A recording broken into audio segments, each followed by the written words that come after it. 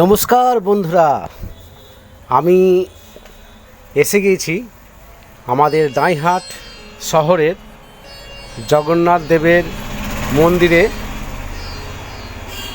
আজকে জগন্নাথ দেবের স্নান যাত্রা, এই জ্যৈষ্ঠ মাসের পূর্ণিমা তিথিতে এই স্নান যাত্রা হয়। আমি দাঁড়িয়ে আছি আজকে জগন্নাথ মন্দিরের এখানে। আমরা দেখব জগন্নাথ দেবের স্নান যাত্রা, স্নান কীভাবে করানো হয়। আজকে 27শে জ্যৈষ্ঠ, 11ই জুন 1432, 2025 আজকের দিনে স্নান যাত্রা। তা রথযাত্রার 15 দিন আগে এই স্নান যাত্রা পালিত হয়। এটা হিন্দু ধর্মের একটা পবিত্র দিন। আমাদের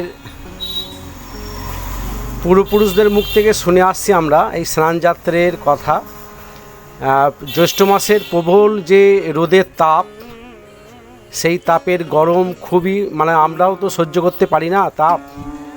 তাই জগন্নাথ দেব বলরাম সুভদ্রাকে এই 108 কলসি গঙ্গার জল তার সঙ্গে দুধ মিশ্রিত করে স্নান করানো হয়। এই প্রচণ্ড গরম থেকে রক্ষা করার জন্য জগন্নাথ দেবকে 108 কলসি জল দিয়ে স্নান করানো হয়। আমাদের হিন্দু ধর্মের বিশ্বাস, এই স্নান করানোর পর নাকি জগন্নাথ বলরাম সুভদ্রারই জ্বর আসে গায়ে। তাই এই 15 দিন তারা চলে যান নিবৃত বাসে। 15 দিন পর রথযাত্রা পালিত হয়। এবছর রথযাত্রা পড়েছে আপনার 12ই আষাঢ়। 12ই আষাঢ় দিকে আমরা তাকিয়ে থাকবো যে প্রভু জগন্নাথের রথযাত্রা দর্শন করব আমরা। আজকের দিনে পুরীতেও খুব জাঁকজমকভাবে অনুষ্ঠান হচ্ছে।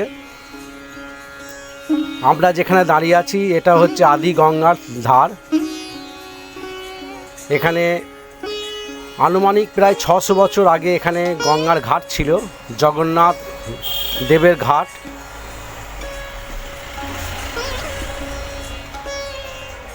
আপনারা দেখছেন এই আদিত্য ভিডিওর ব্লগ। যারা এই স্নান যাত্রায় আসতে পারেননি মন্দির চত্বরে, আমার ভিডিওর মাধ্যমে দেখে নিন। এই যে সামনের অংশটা দেখছেন, এটা আগে আদি গঙ্গা ছিল। প্রচণ্ড রোদের আজকে তেজ।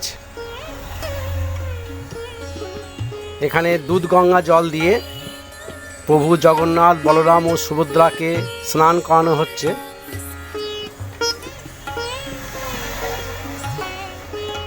আমি এই অনুষ্ঠানে আসতে পেরে খুব নিজেকে ধন্য মনে করছি যে প্রভুর দর্শন, প্রভু চান করার দৃশ্য আমি দেখছি এখানে।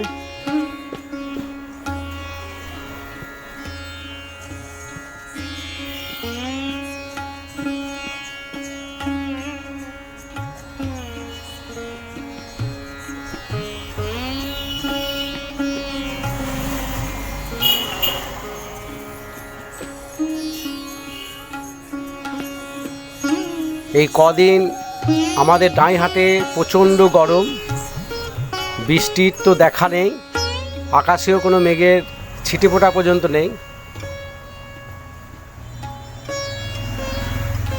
এইটা ছিল আদি গঙ্গা আমাদের দাঁইহাটে।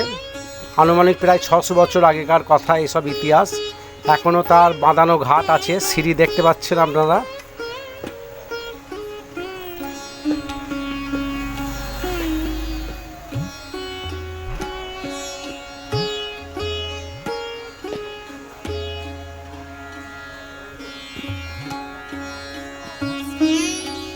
আমাদের প্রভু জগন্নাথ দেব বলরাম সুভদ্রা এনাদের চান করানো হয়ে গিয়েছে। এখন মন্দিরে নিয়ে যাওয়া হবে আমাদের 3 দেবতাদের। ঘরে গিয়ে শুদ্ধ কাপড় দিয়ে গাগুলো মুছিয়ে দেওয়ার পর আবার মন্দিরে পুনরায় প্রতিষ্ঠিত হবে। তারপরে 15 দিন নিবৃত বাসে চলে যাবেন প্রভুরা। শোনা যায় আমাদের ধর্মীয় বিশ্বাস অনুযায়ী যে প্রভুদের নাকি এই 15 দিন চান করার পর জ্বর আসে, তারপরেই ওনারা চলে যাবেন রথযাত্রার দিন মাসির বাড়ি।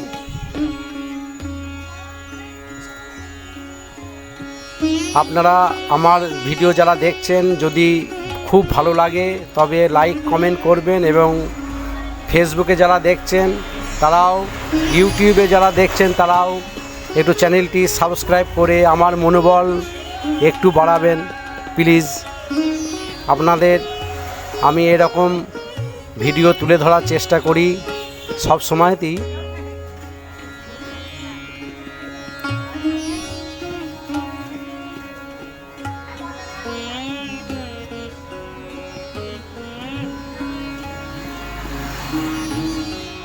নতুন বস্ত্র দিয়ে গাগুলো সব মুছিয়ে দেওয়া হচ্ছে, দেখতে পাচ্ছেন।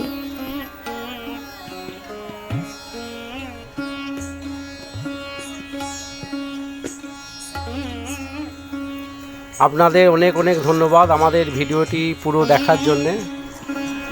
আমরা চেষ্টা করব রথযাত্রার দিন আবার আপনাদের সামনে ভিডিও তুলে ধরার।